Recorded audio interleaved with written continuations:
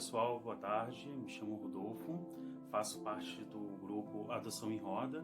Eu estou fazendo esse vídeo aqui para compartilhar um pouco com vocês, um pouco sobre a minha experiência, como foi a adoção dos meus 2 filhos, tá? E aí eu vou dividir ele em algumas partes para poder estar explicando como foi esse processo. Então, eu dei entrada no processo de adoção em março de 2018 e eu ainda residia no Rio de Janeiro. E assim que eu me mudei para Petrópolis, né, eu aguardei um pouco até me estabilizar e em seguida pedi a transferência para a comarca aqui de Petrópolis. Assim que o processo chegou aqui em Petrópolis, né, eu achei até que foi um pouco mais rápido do que aconteceu lá no Rio de Janeiro, para ser chamado para as entrevistas, para a visita domiciliar, tá? E também para explicar um pouquinho mais para vocês, né, a minha adoção é monoparental. Depois que eu me habilitei, eu fiquei um período, antes disso eu já pesquisava sobre, né, via vídeos na internet, lia artigos, compartilhava, né, buscava informações com outras pessoas que estavam também na mesma situação do que eu, se habilitando, e outras pessoas que já haviam adotado, e comecei a buscar mais informações sobre, né. Depois que eu me habilitei e comecei a frequentar o grupo Adoção em Roda, eu comecei a ter uma noção de como era essa fila de espera para a configuração, no caso, para o perfil que eu desejava, a priori, né? E para mim, aguardar em torno de 3 a 4 anos era um pouco assim, não vou dizer inviável, mas não é algo que eu idealizava tanto, né? Então, como eu já tinha em mente um perfil, né, de 0 a 5 anos e meio, podendo ser 1 ou 2 irmãos, eu até coloquei a possibilidade de gêmeos, eu comecei a pensar um pouco além disso. Então, a partir daí eu conheci outras pessoas que haviam adotado, né, crianças maiores, até mesmo uma família que eu considero muito aqui em Petrópolis, que adotaram um grupo de irmãos, e que eu tive a possibilidade de conhecer essas crianças anteriormente, né, num abrigo que eu era voluntário, lá na Baixada do Rio de Janeiro. Depois desse encontro que eu tive com eles, né, depois de alguns anos, eu comecei a repensar essa possibilidade de adotar, a fazer uma adoção tardia, né? Então eu comecei a me informar sobre a alteração de perfil e também a partir daí eu me interessei em saber um pouco mais o que seria uma busca ativa. Falando um pouco sobre a busca ativa ao qual eu me direcionei, né? Como seria a busca ativa? Pela minha experiência, né? Primeira coisa, a gente tem que entender que a busca ativa ela é direcionada a crianças, né? Que tem alguma questão de saúde ou não, grupo de irmãos, tá? E outras questões em que a princípio, né, não se encontram pessoas na fila de espera. Então seria assim, são crianças por todo o Brasil e que não tem ninguém na fila de espera. Então eu entrei em contato, né, a gente tem as possibilidades de entrar em contato com as cegonhas, tá, que são pessoas que participam ou não de grupos de apoio à adoção, e aí elas pedem o seu número de processo, pedem o seu perfil e mais ou menos tem uma entrevista, né, uma troca de informações virtuais com vocês, e aí elas te inserem no grupo. Tá? E hoje em dia, como a gente tem os recursos da tecnologia, né, nós temos a possibilidade de sermos inseridos no grupo de WhatsApp, tá bom? Então aí passaram alguns perfis, né, de algumas crianças, né, e eu, a princípio, eu já tinha em mente, eu posso estender a faixa etária, mas será que eu tenho a possibilidade, se for em outro estado, ir? Então é uma coisa que vocês devem refletir muito, as possibilidades de vocês. Então aí passaram alguns perfis que não cruzaram com as minhas possibilidades, e outras pessoas já estavam, né, à frente, já entraram em contato com a cegonha depois, né, ela direcionou para a comarca. Então quando eu entrei em contato, ela já havia informado assim, olha, já tem pessoa na fila de espera, se porventura essas pessoas não se interessarem, eu encaminho o seu contato, que não era para ser, né? E aí até que um dia, se eu não me engano, foi no início de novembro do ano passado, eu me deparei com o perfil dos meus filhos, tá? E aí é aquilo, né? Quando você, como dizem, quando você olha, né? Quando você se identifica, você já sente aqui dentro, são os meus filhos, né? No meu caso. E eu entrei em contato com a cegonha disse, olha, até o momento não tem ninguém manifestado interesse de conhecer as crianças, então vou pegar o seu contato e vou passar para a comarca. E nesse caso, né, meus filhos, eles eram de Rondônia, tá, em Ariquemes, e eu aqui em Petrópolis, no Rio de Janeiro, né? Então ali eu já comecei a pensar sobre tudo dando certo, passagem, hospedagem, como iria ser. Isso é muito importante. Se vocês optarem por uma busca ativa que não seja no estado de vocês, é importante vocês saberem se a comarca permite uma aproximação por videochamada, que no meu caso assim foi essencial. Nós ficamos 3 meses em aproximação, tá? Antes passou pela assistente social da comarca lá em Ariquemes, ela teve uma conversa por telefone comigo, né? No caso, como eram 2 crianças, né? A maior, uma adolescente de 13 anos na época, e o menor de 4 anos na época também, né? Ela fez uma prévia consulta, né? A minha filha, né? Que ia se tornar minha filha, e depois de um tempo ela me deu um retorno. Sim, ela quer conversar com você e quer saber um pouquinho mais e ter uma troca, né? Enquanto o pequeno não foi consultado, mas tudo se encaminhou para uma aproximação virtual, que aí nós tivemos durante um período de 3 meses.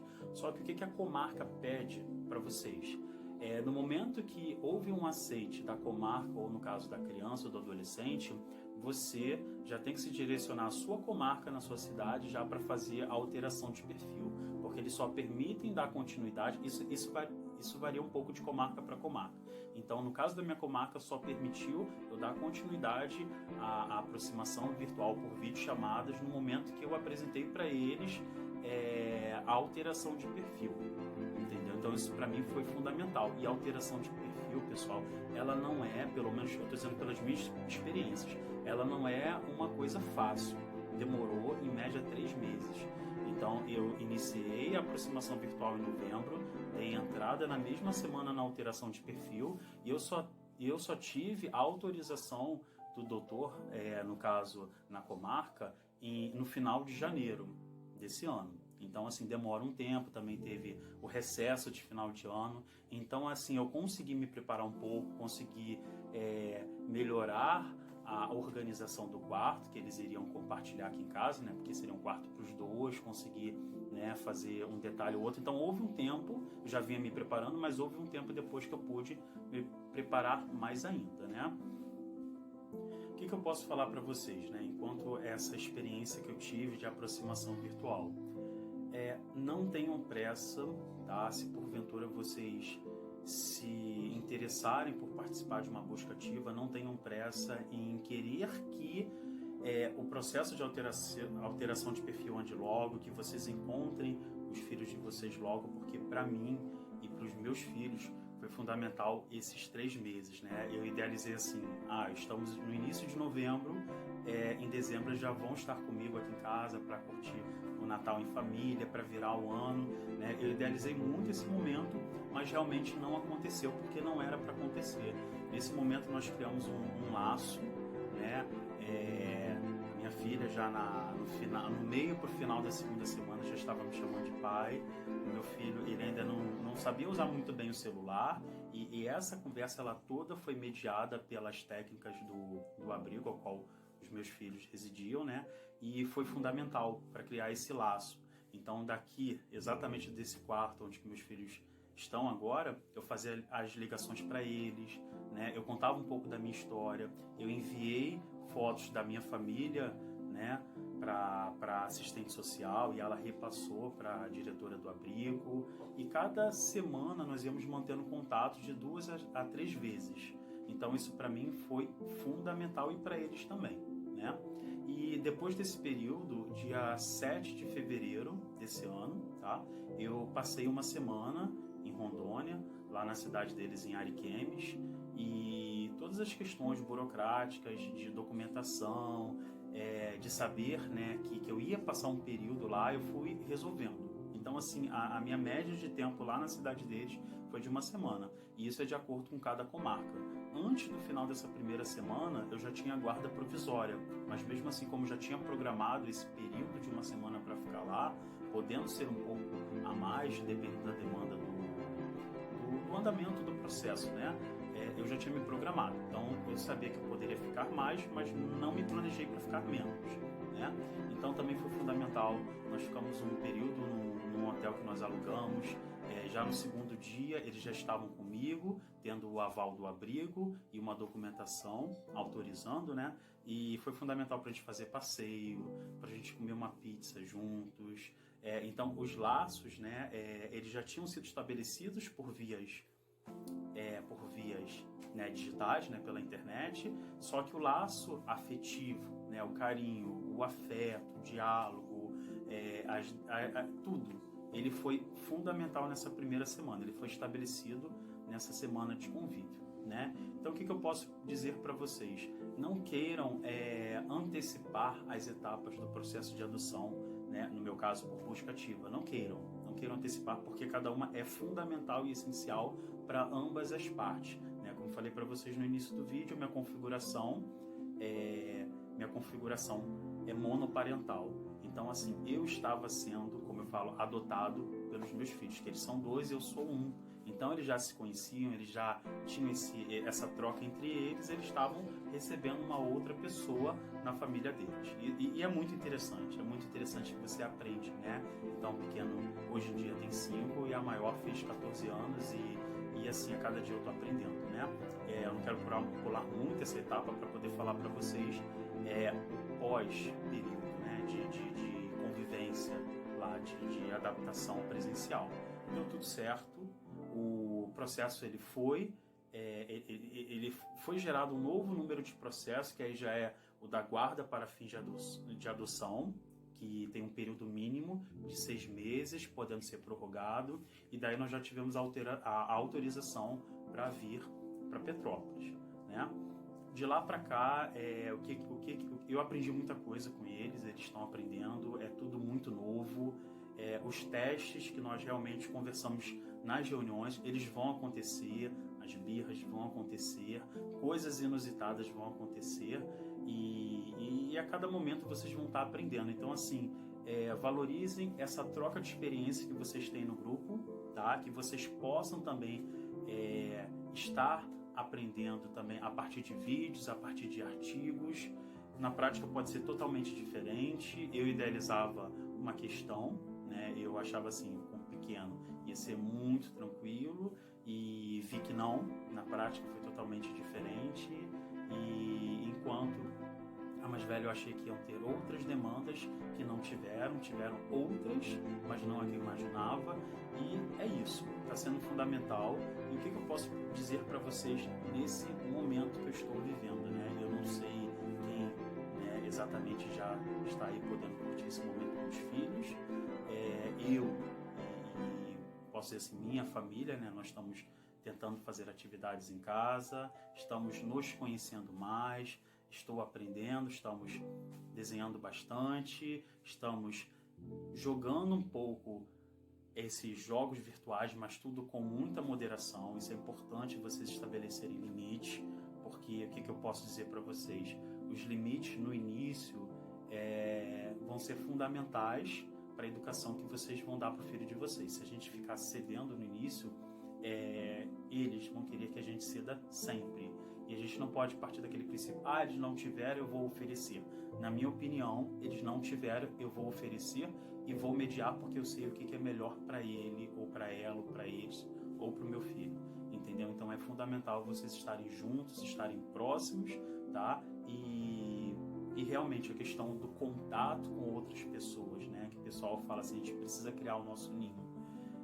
É verdade, é fundamental. Então, assim, evitem nas primeiras semanas saírem. Evitem nas primeiras semanas muita gente, tá? No sentido de... Eles têm que saber, né, quem são os pais, quem é o pai ou quem é a mãe. Então, ter muita gente no convívio diário deles, isso confunde um pouco. As birras vão acontecer na frente das outras pessoas. E eu passei por isso em alguns momentos que eu me senti assim, nossa, eu precipitei determinadas situações que poderiam aguardar mais um pouco. Então, eu não vou dizer que eu me arrependia, mas que realmente não era para ter acontecido naquele momento. entendeu? Então, assim, hoje eu posso dizer que estamos quase a 2 meses de convívio, ainda estou aprendendo muito. Tem momentos que meu filho fala assim, pai, deita aqui comigo, pai, conta uma história. Então, eu estou mediando isso, né, a ponto de eu me sentir sempre presente e que eles sejam também acolhidos, enquanto também eu escuto músicas com a minha filha, tento interagir um pouco mais com a realidade dela, né? Sorte que eu dou aula para adolescentes, então eu consigo estar bem antenado enquanto a isso, né? E a minha idade para minha filha não é tão assim grande, temos 18 anos e 3 meses de diferença, né? Então, e eu tenho sobrinhos também, então consigo estar ali bem atualizado enquanto as questões, enquanto do menor, eu sei que ele vai demandar outras questões que eu vou estar ali sempre disposto a aprender com ele e com as outras pessoas que estão passando pela mesma experiência, tá? E é isso. O que eu posso dizer também para vocês?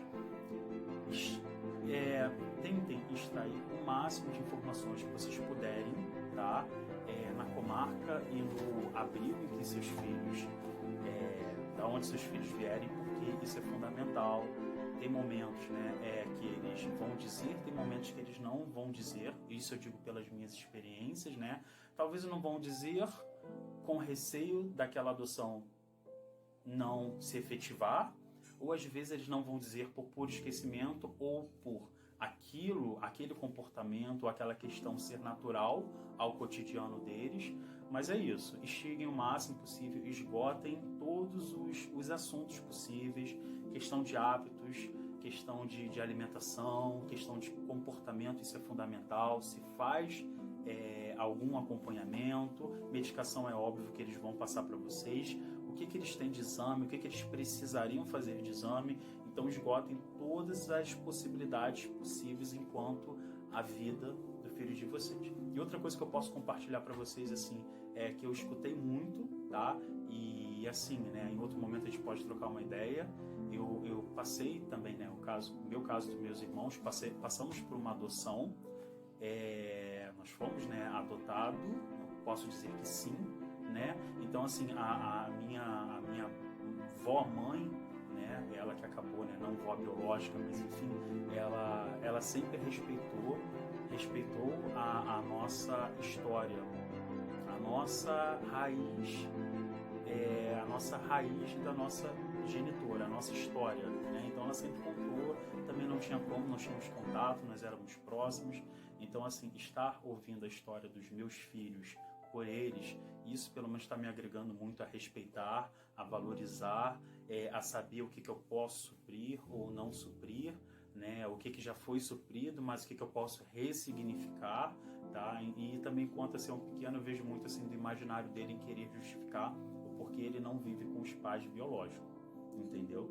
E é isso, é um momento que mais à frente eu vou contar para ele, né? Eu gostaria de contar, mas é isso, eu quero ainda no momento certo. Enquanto isso eu vou escutando, interagindo, perguntando, e é isso.